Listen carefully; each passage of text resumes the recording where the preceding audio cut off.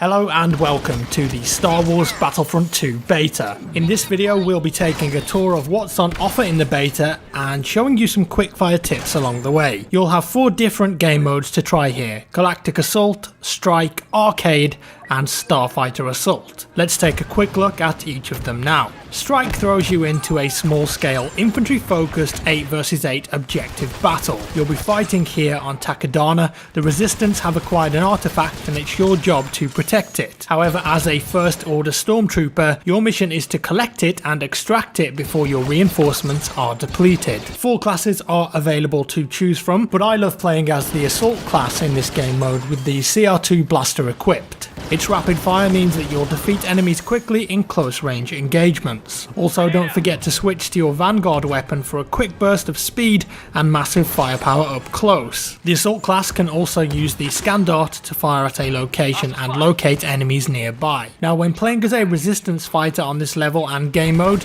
you can try going to the top of the castle and overlooking the battle. This way, if any stormtroopers steal the package and attempt to extract it, you can be ready and waiting to take them down from a surprising position. Don't forget to spend your battle points in Strike 2. Scoring enough points from defeating enemies or playing the objective means that you'll start earning battle points, and you can spend these on the spawn screen. Coming in as a more powerful unit like a Flame Trooper or Wookiee Warrior, for example, can turn the tide of battle in your favour if you use them well. Moving on, Arcade is our next offering in the beta. This game mode pits you against AI and you'll be challenged with defeating a certain number of enemies in the fastest time that you can manage. In the wipe them out scenario, you can choose between Darth Maul or a B2 battle droid. I'd always pick Darth Maul though, because A, come on, it's Darth Maul, and B, I think it's easier to complete the level faster with him.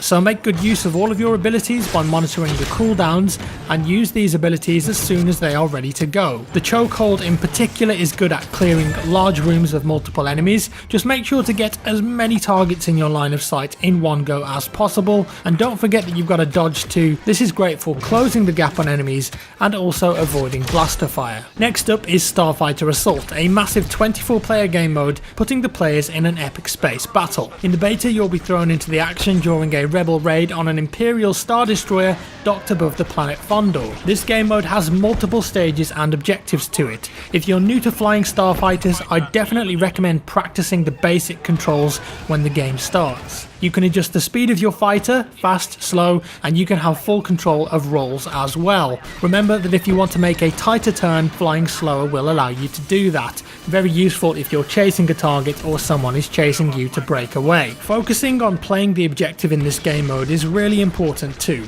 If you see an attack or defend icon pop up on your heads-up display, try your best to complete that order, and remember, when shooting at targets that are moving fast, aim at the smaller circle next to your reticle to ensure successful hits. The 4th and final game mode in the beta is Galactic Assault. 40 players take to the streets of Theed on the planet Naboo. The Separatists attack whilst the clones must defend and stop them from entering the palace and capturing the throne room. When you play Galactic Assault, choosing the right class is very important. The Officer, for example, is more of a support role that can buff teammates with health and place down automatic turrets to defend areas. The Specialist class, however, is great in the first section of the level, as they get access to a long-range blaster with a scope, meaning that you can pick targets off at range. You can get access to several vehicles here too. When you've built up enough battle points, why not come into the game as an AT-RT rampaging through the streets? Or how about an AAT, a super powerful tank-like vehicle with massive cannons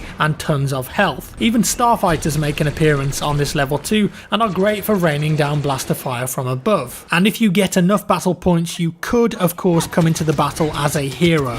Rey on this level is great for defeating rooms full of droids, even Han Solo with his powerful blaster and explosive device. The Separatists, however, get access to Boba Fett and Maul, just as deadly and precise. Remember that heroes can regenerate health now too, so if you're wounded, fall back and wait to regain health before storming back into the battle. Play with your team as a hero unit, you aren't invincible. Don't forget about star cards either. 3 slots for each class, unlock them in crates and equip them on your characters. They will give you better stats and allow you to customize your gameplay style to suit you best. And my final tip is weapon mods. With enough resources you can craft these for each of your blasters and they will modify your primary weapon. For example, reduced recoil, improved burst and exploding shot are some of the mods available for the Blurg 1120, so experiment with different mods to find your favourites. And that's all for today folks. I hope you enjoyed this walkthrough and top tips for the Star Wars Battlefront 2 beta. If you did, give me a thumbs up and subscribe for more. Thanks for watching guys, and I'll see you in the next one.